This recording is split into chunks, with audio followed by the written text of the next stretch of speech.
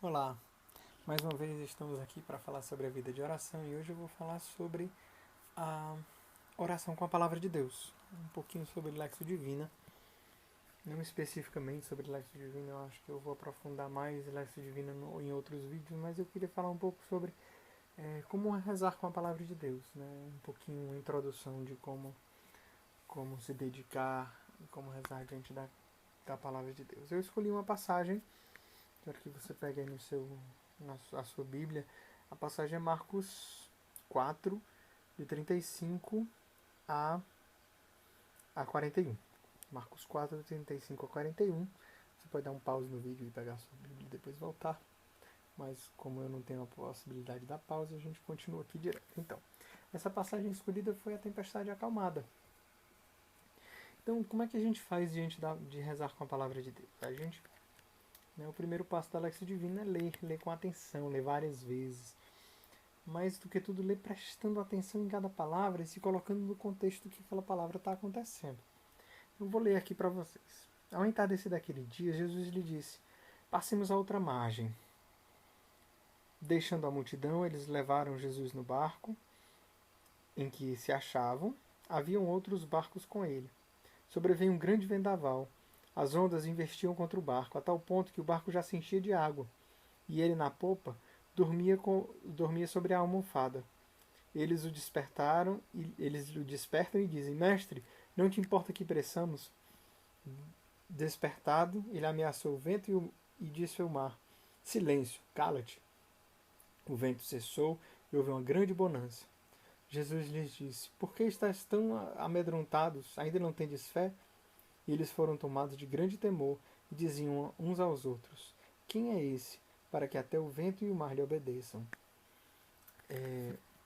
Aí você leu e você achou interessante, você leu algumas vezes e aí ficou nisso mesmo, né? Mas o convite que eu lhe faço é de realmente se colocar nessa passagem. E aí a gente vai se colocando na passagem de algumas formas, assim, vai colocando, meditando sobre aquilo. Né? O primeiro passo é a leitura, o segundo é a meditação. E entre leitura e meditação a gente faz o seguinte, a gente pega e se coloca nessa passagem.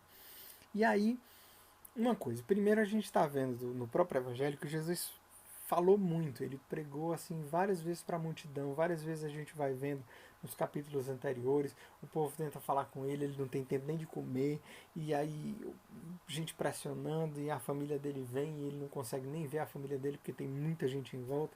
Então Jesus está morto de cansado. A gente vê que Jesus está muito cansado. Então, essa oportunidade de passar para outra margem para Jesus é um tempo assim, agora eu vou descansar, porque enquanto a gente está passando eu estou dormindo. E aí Jesus realmente se deita sobre a almofada e dorme. E Jesus devia estar acabado de cansado, porque uma tempestade, água jorrando e entrando água dentro do barco, e Jesus está lá dormindo. Isso é uma coisa interessante de perceber. Os discípulos estavam com Jesus no barco. A gente sabe que dos 12 apóstolos, né, dos 12 apóstolos, pelo menos três, Pedro, Tiago e João, eram pescadores experientes. Eles eram homens do mar, né? Embora seja o mar da Galileia, mas eram homens do mar mesmo. Então, não devia ser qualquer tempestade para dizer que os discípulos estavam com medo. Devia ser um vendaval temporal horrível e Jesus estava lá dormindo, né? E aí o pessoal corre e diz: Jesus, a gente está perecendo, tem água, a gente vai morrer, cara.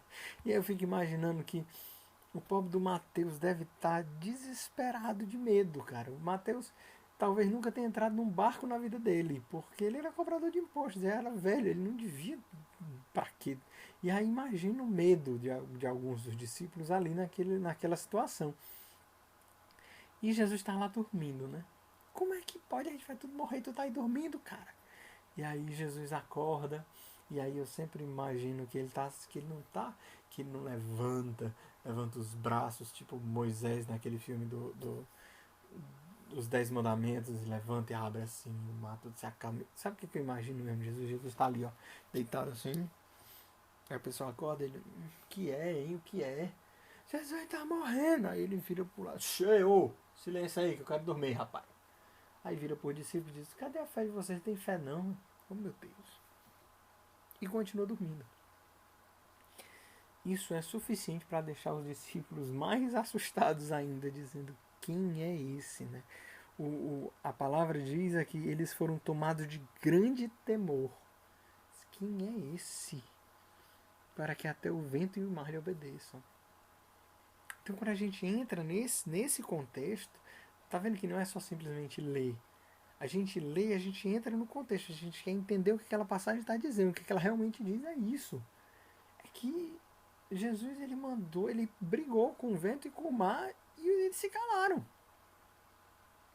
Então a gente se coloca diante da passagem de Deus e a gente se enche de temor também. Quem é esse que até o vento e o mar obedecem?